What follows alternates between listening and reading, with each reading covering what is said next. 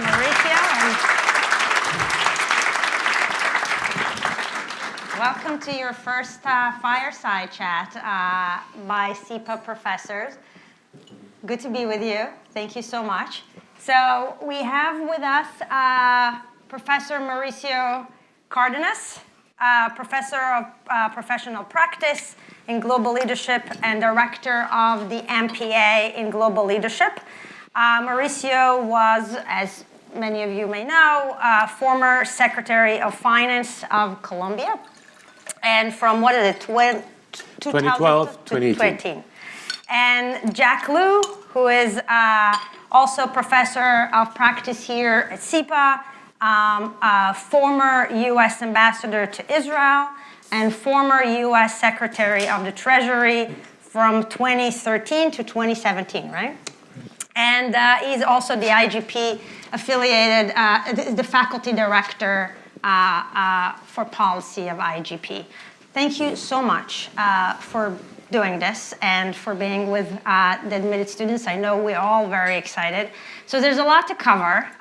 We have really great experts to talk about so many things that are happening around the world. But let's start with your careers and thinking about careers past to public service. So both of you have been distinguished careers in public service and economic policy. Can you share your journey? So what first drew you to the public service, and how did it evolve over time? And Mauricio, let's start with you. Well, thanks, Karen. Great to be here. Hope to see you all here in the fall, to teach you and to welcome you to SIPA. Well, my journey into public service, I think, started early on in my career. I think I developed my interest in public service when I was in high school, probably just like many of you, because the issues of government and public policies and the political conversation really caught my attention. Those were like the topics of conversation that interested me the most. But I knew also at that time that it was worth investing in education to be ready, to be prepared. One thing is to have an interest in public service. Another thing is to have the capacity to really make a difference. So I decided to study economics, and I spent, a few years doing that. And only then, after I finished my training, I said I want to go to public service. And interestingly enough, and I mentioned this because it's not the standard and traditional way. My first public service job was at the local level, was in the city government, in the city of Bogota, which is my own hometown. And that was a really interesting experience. It was fantastic. I think when I first said to many people, I'm going to work in the city of Bogota, people said, well, are you crazy? Why are you going to do that? And it turned out to be a very, very rewarding experience for me. So there are different ways in which you can actually get into public service. Then I moved into the national government. I worked in different administrations, but that beginning was very educational and formative for me. So I think it's just about having the interest, that you know that public issues are relevant, that's what drives you. You feel that energy, and just follow that. Just follow that, because it's very rewarding. Once you start making a difference to other people, that's when you really feel that you're empowered, and that and all you've done in the training makes a lot of sense. Thanks, Mauricio. Jack, what about you? So I started, it's good to be with both Mauricio and Karen, and to welcome all of you. I started early, as did Mauricio. My interest in policy started in high school. I went to high school during the 60s and early 70s. There was the Vietnam War, the first Earth Day. We had countries in the world where starvation and famine were a big issue. I organized a citywide march on hunger when I was in high school. And when I graduated high school, I knew I wanted to make a difference in the world, and didn't really know what that meant in terms of a role. And after my first year in college, I took a break. I went to Washington, probably the worst thing I ever did to my parents. I said I was going to take an independent study. It turned into 2 years. I worked on Capitol Hill for 2 members of Congress. And when I went back and finished my college education, I studied history, not economics. I probably, in retrospect, would have benefited from studying more economics. When I graduated from college, I actually did a turn, as Mauricio did, in city government. I went to the City of Boston Office of Management and Budget and worked for a year there, and quite serendipitously, well, not quite serendipitously. I mean, because I had spent 2 years during college in Washington, I knew people. There was a job that opened up in the Speaker's office, Speaker of the House, Thomas P. O'Neill. I was asked if I wanted to come and work as the Deputy Director of his policy staff at 24. It was an extraordinary opportunity. I decided to do that and to go to law school at night. The reason I went to law school at night was you couldn't go to public policy school at night. And at that time in Washington, you couldn't go to business school at night. And I wanted to get a degree, a credential, because it was something that mattered to me in terms of having some independence in my life to be able to go in and out of government depending on which way the political winds blew if you were in a political position. The reason I started with the early years, not with the big titles I had in the end, is that almost everything that I was able to accomplish and almost every opportunity I was given came because I got on the field early. I ended up with several years of experience when other people were just starting out. And if I had to go back and re-engineer a course, and I've given this advice to many people, I've said go to public policy school, go to business school, get the core tools that you need. I ended up learning them on the job. So to this day, I'm not a spreadsheet jockey, and I need people to do spreadsheets for me. It would be good if 25 years ago I could have done my own spreadsheets. And to have the tools, now obviously you can succeed by doing on-the-job training. But when I've looked at paths that I might have taken, getting the kind of education you get in a program like this, it makes all the difference in the world in terms of standing out at the beginning. Great. So let's dive right into kind of what's happening in the world and how to make sense of the global uncertainty, the economic shock. So let's go back.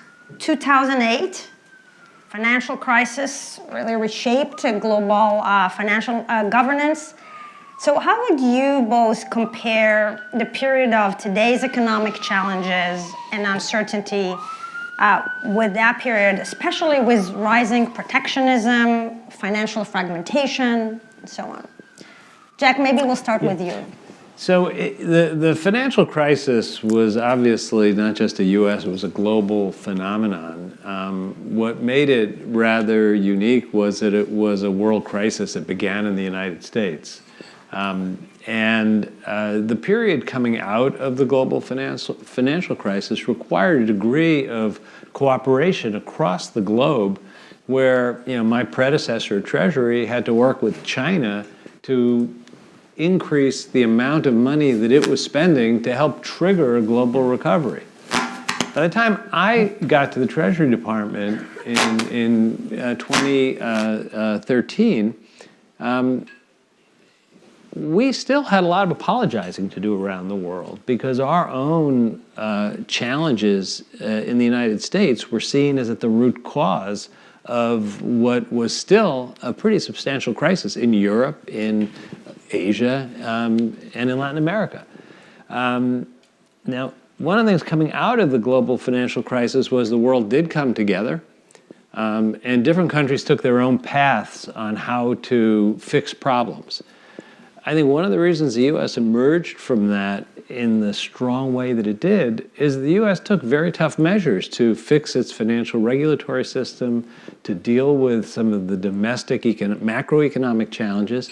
But candidly, we stopped short of truly addressing the macro challenges at home. We relied heavily on monetary policy tools, which then had a little bit of a destabilizing effect on the world.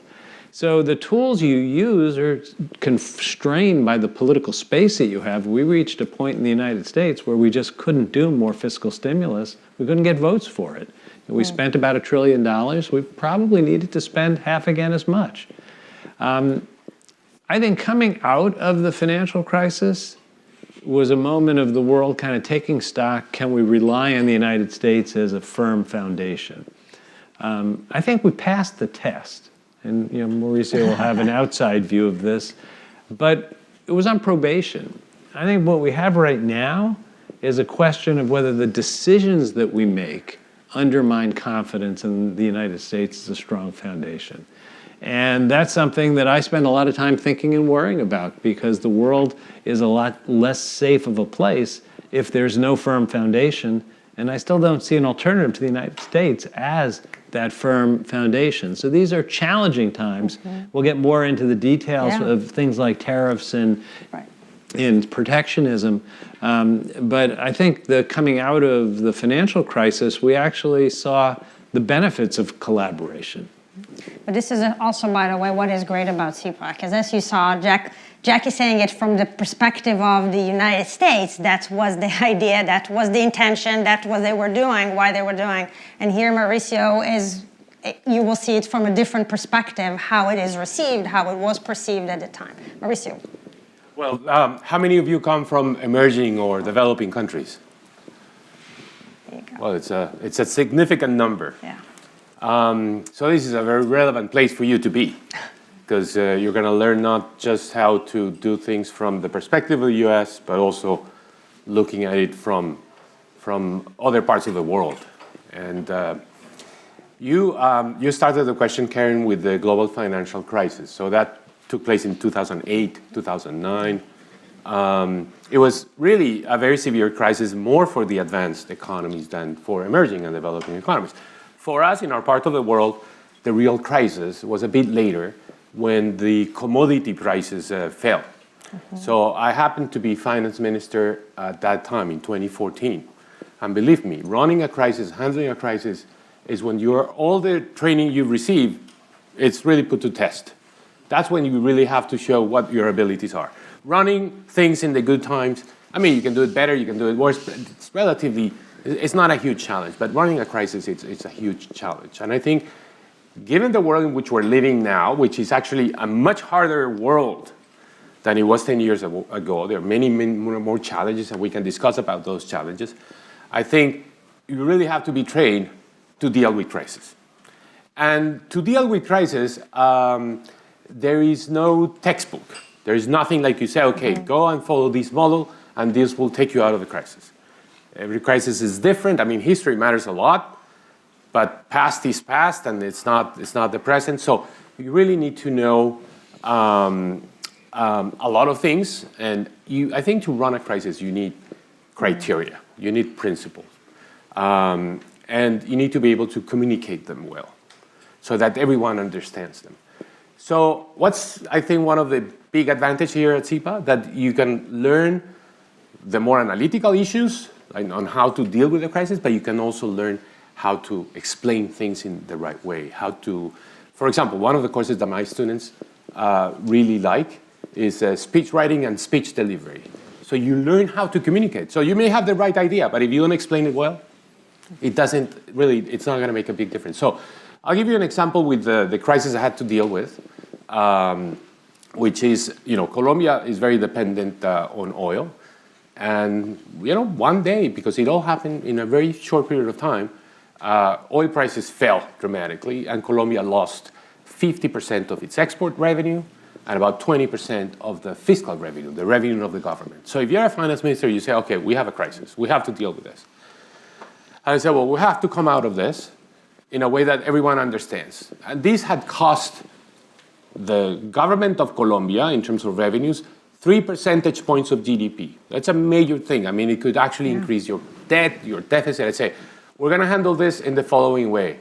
Of the 3 percentage points, 1%, we're going to cut expenditures. So everyone has to be prepared, because we're going to cut expenditures. Another 1% is going to be additional taxes. So we're going to come with tax reforms, and we're going to ask people to pay more taxes. That's always something that people don't want to hear about. And then 1%, the other percent of the 3 percentage points, it's going to be a higher deficit. So it's, we're going to borrow more. It's future generations are going to pay for this. But that's the way in which we're going to do this. And I have to explain it to everyone, and everyone has to understand. And therefore, if that is understood, then it's easier to implement. And when it came to government expenditures, cutting government expenditures, there was another principle, also communicated in a way that was clear to people. Like, we're going to do it not across the board. It's not everyone is going to be cut the same way. We're going to do it selectively because we want to preserve certain goals, like reducing inequality and reducing poverty. Those are our goals.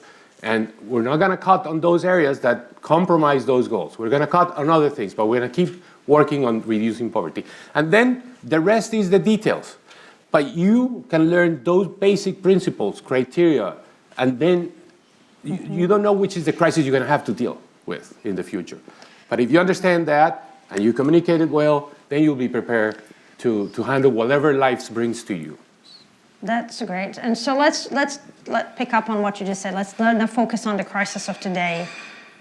Trade wars, tariffs, obviously playing a big role in today's not just economic but geopolitical landscape. And I want to ask you, what are the key economic risks you see today, particularly regarding global inequality, trade policies, and the role of emerging markets in that? Mauricio, you want to take that? Sure. And then Jack. Okay, so being a finance minister 10 years ago was hard. I already explained that. But being a finance minister today is harder. It's harder. So it's not going to get easier for you. Today, it's not only the traditional problems, the changes in capital flows and the changes in commodity prices, etc. Today we have climate change. It's a huge risk in the sense that we're already seeing a lot of consequences associated with climate change, which cost a lot of money. AI is going to generate disruptions in the labor markets, and you're going to be responsible for running the public policies that better adjust to that. And we also now have protectionism, and protectionism is a major threat, and we're seeing that. So this is like really complex environment. And add to that after the pandemic, most governments everywhere in the world were left out with huge amounts of public debt. So the idea of, we're going to borrow to deal with this problem, it's not going to be easy. It's not going to be implementable. We're already too indebted. So those are like, the starting points of the conversation of a finance minister for the future. And my sense is that you have to make sure that when you try to deal with these circumstances, you do it in a very effective way. My advice would be, look, and I think this goes back a bit to what Jack was saying. I think this is the world now for diversification. You need to diversify. You need to diversify in terms of what you sell, who your trading partners are, which sectors of your economy to expand. I mean, diversify. There's too much risk associated with just having one single partner. Right. And now there's too much risk associated with the US. That's the truth. So diversification is key. Build new alliances, develop new partnerships, and I think the number of emerging and developing country students here speaks for itself. It's like more alliances between emerging and developing countries. I think that's an important element here. Mm-hmm. And finally, I honestly think that a year ago, we were all discussing friendshoring. I don't know if you were familiar with that word. The idea was the US was interested in increasing trade with countries that have a good relationship, but a friendly, reliable, trustworthy relationship. And that pointed in the direction of countries like Mexico. But now, what's the meaning of friendshoring? I mean, if with your closest allies, you start attacking and imposing these threats of protectionism. So friendshoring has lost a lot of its meaning. So what to do now? Well, I just say focus on your regional partners, focus on infrastructure, do the things you can do on your own without depending too much on others. Of course, that's not a full recipe, but at least points in the direction that try to make the most out of what you have with your own country. So Jack. So if I could like self-reflectively say what I think we did wrong for the last 25 years, people like me who believe that the history of protectionism predictably leads to worse macroeconomic conditions and more tension amongst nations and eventually conflict, didn't do what we needed to do at home to make sure that the benefits of free trade were felt in all parts of the population and all parts of the country. There was a general sense that, economics works. People move to where the jobs are. It will work out after an adjustment period. There wasn't a real strong focus on the place impact of trade. And in the United States, there are hollowed out parts of the country that should not have been neglected. Now, I made it a little bit black and white by the way I described it. There were people, myself included, who understood this was a problem 25 years ago, but there was no political consensus to address it in a meaningful way, and it didn't deter from the pursuit of free trade policies. Globalization came in parallel with the technology revolution. And if you look at the impact of what hollowed out various parts of the American economy, I actually think it's pretty clear that technology had more of an impact in most places than trade. But it's a lot easier to blame someone else than to blame yourself. So our politics kind of took over this notion, and it's bipartisan, that China is to blame or unfair trade practices are to blame. And there's some truth to that. I spent 4 years in face-to-face negotiation with our Chinese counterparts demanding that they back away from unfair trade practices. If they had, it wouldn't have solved the problem, because at the core, you go to an American manufacturing facility and the work is being done by robots and people are feeding things in and packaging things at the back end. It's different kinds of jobs in manufacturing. Now, why do I say all of that? We didn't do enough to educate the public as to what was happening in the economy, to identify the problems, multiple problems that needed attention, and we failed at building a political consensus to address the real challenges. Where we are now is a place where it's very easy to fan the flames of protectionism, and I continue to believe what I've believed for my entire career, which is that it's very dangerous. It's going to mean a smaller pie, and it's harder to have more equitable distribution of a smaller pie, and it's going to mean more tension amongst nations. So I think you have a lot of work to do to kind of understand these issues and come up with solutions that people can understand, and communication is key. My last year as Treasury Secretary, I wrote a long piece in Foreign Affairs magazine thinking that that was a way to affect how people thought about these issues. The people who are pro-tariffs and protectionists don't read Foreign Affairs magazine. So you got to communicate with people where they are. So you mentioned, so let's move a little bit to thinking about the link between economic, statecraft, and geopolitics. And you can talk, I know, Jack, that you've thought about this a lot, and also maybe even more, if in general, I would love to hear your thoughts about this, but also specifically thinking about China. How would you think this applies, and what should the policy be? And Mauricio, to you, China is making significant economic moves in Latin America and beyond. And how should you think the United States and Latin American countries should, respond to Beijing's growing economic influence? So, Jack, let's start with you from the U.S. perspective, and then. There is no more important geopolitical relationship than the U.S.-China relationship. Combined, we are an overwhelming share of the global economy. We're the two largest militaries in the world. And it's going to remain a difficult relationship for a long time.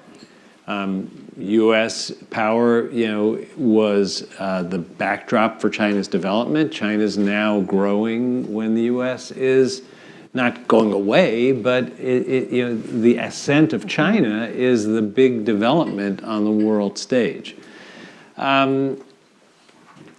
I think the approach to China is one where my thinking has changed over the last few years. And frankly, leadership in China has changed over the last few years. I met with Xi Jinping many times when I was at Treasury, and after, actually. He became a different kind of leader as he amassed power, concentrated power, and saw himself as the kind of 30-year leader of where China goes. The risk of Chinese technology being a threat to U.S. national security is very real. So I'm not critical of the efforts, in the last several administrations here in the United States to take a really hard look at that. But if it gets to the point where everything that China does is seen as a threat, that is a very dangerous end result. And it's very easy in technology to get beyond what people like me know. But some things are commodities and some things are really sensitive, cutting edge. Being honest with yourself about where the difference is crucial. Because if you start to go down that slippery slope, you end up separating the two countries, the two economies, and that only can lead to conflict. So I actually think managing this relationship is crucial to both of our countries. And I think one of the things that has unfortunately evolved is this kind of conflict between worldviews and leaders has seeped into a kind of broad characterization of the people.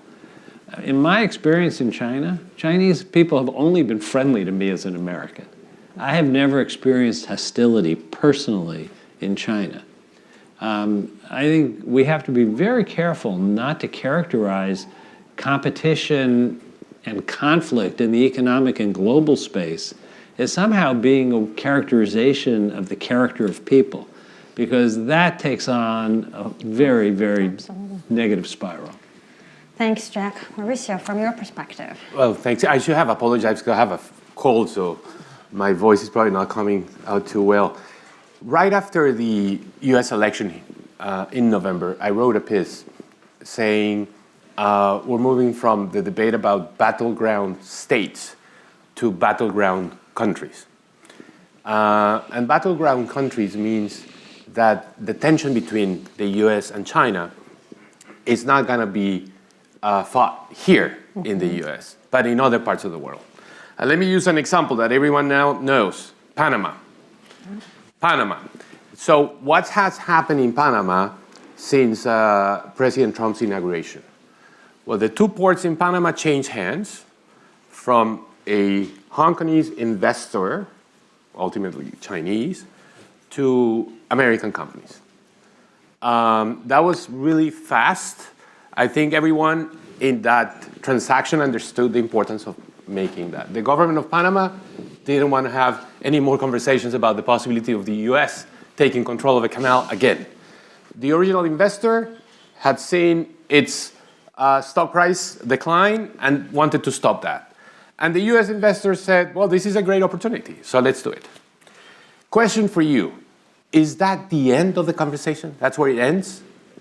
Or is there something else that's going to happen afterwards? I think it's for you to understand what's next.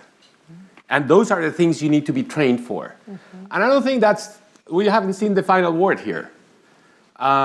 What's next? Well, I think what has happened has undermined a basic principle, and Jack alluded to this, a basic principle of US engagement with other countries, which is reliability, rule of law, following multilateralism. The US was the predictable country.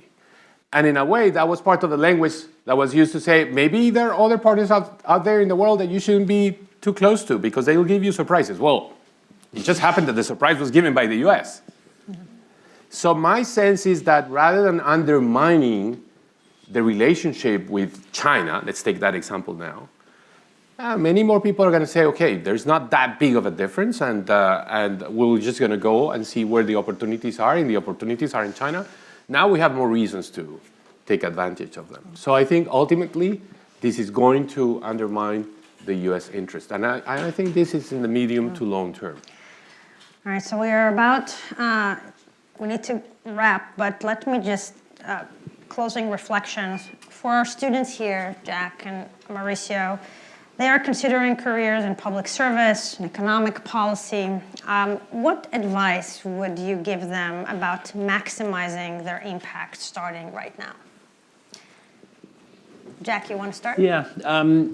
These are difficult days here in the United States and around the world. And I actually think that's only more of a reason to get involved in thinking about how to solve problems, getting the experience so that when serendipitous events take their course, you're in the right place at the right time with the tools that you need.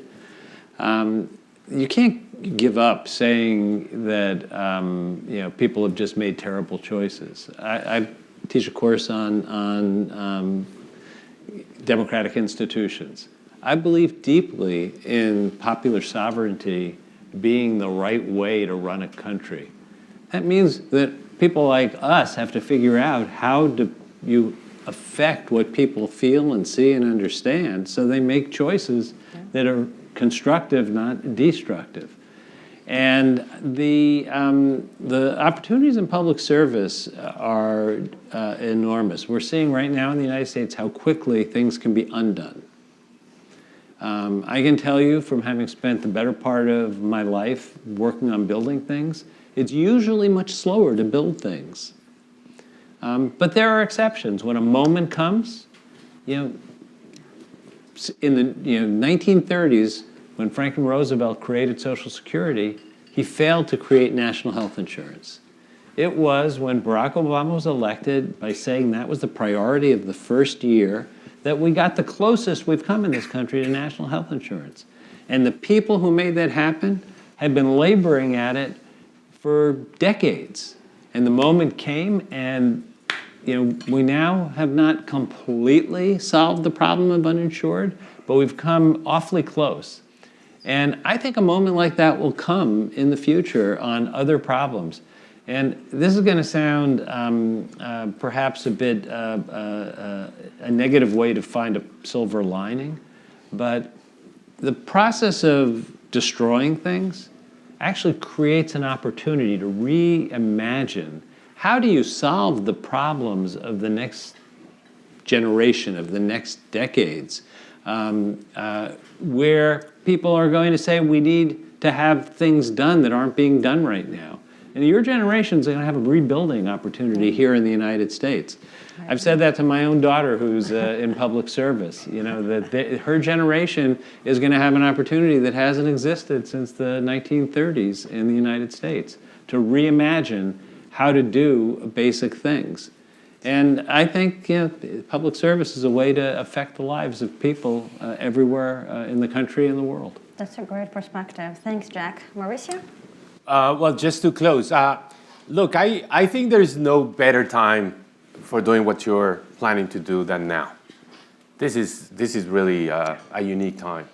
And the reason I think that is that when the world looks so complex, and there's so much there that you have to digest and analyze, and there's so many threats, this is really the time to, and it's actually the only time, the last time, that many countries have to do the right thing, to adjust to these huge challenges. Think, for example, for a minute about Mexico. Mexico is under a lot of threats, and is doing the right things. And Mexico's president has even higher ratings than her predecessor, which was already a very popular president. And she's getting that because she's managing well this crisis. So, and is doing the right things for Mexico, like fighting stronger the criminal cartels and fighting illegal migration, et cetera, et cetera. Anyway, so this is a great opportunity. It's a great chance. And investing in your education at this point is perhaps the best decision you can make. And going back to something that Jack mentioned, skills matter a lot. They don't have to be all of them hard skills. Yes, good to have analytical skills, good to know your quant, but also soft skills. And SIPA is really fantastic in that direction. It can open many possibilities for you to develop your skills in a very comprehensive way. So this is the best time to invest in that, because the world we're going to live in 2 years, we don't know. It's going to be probably difficult, challenging. A lot of things that we've seen, that we've made progress over the last few decades, probably would have been reversed. But then you go and you'll try to make a difference. And it's your skills that will allow you to really have that impact. So great time. I couldn't think of, I wish I was in your situation. Yeah. Really. Rather than giving the answers now, I wish I could put that on hold. I know. Learn about how to do Excel spreadsheets, and then go and make a difference. So I hope it gives you, thank you so much, Maurice. I hope this gives you a taste of what you will have when you are here. This kind of conversation, they can go for hours. And what I love about those two guys, they're just not just brilliant, so much experience. They can, they have this, self-reflection. They can, share a lot from their experience. They're fantastic teachers. They're incredible colleagues. So this is a lot that you will have opportunities like those at SIPA. And thank you so much to both of you for doing this. And all right, enjoy the rest of the day. Thank you.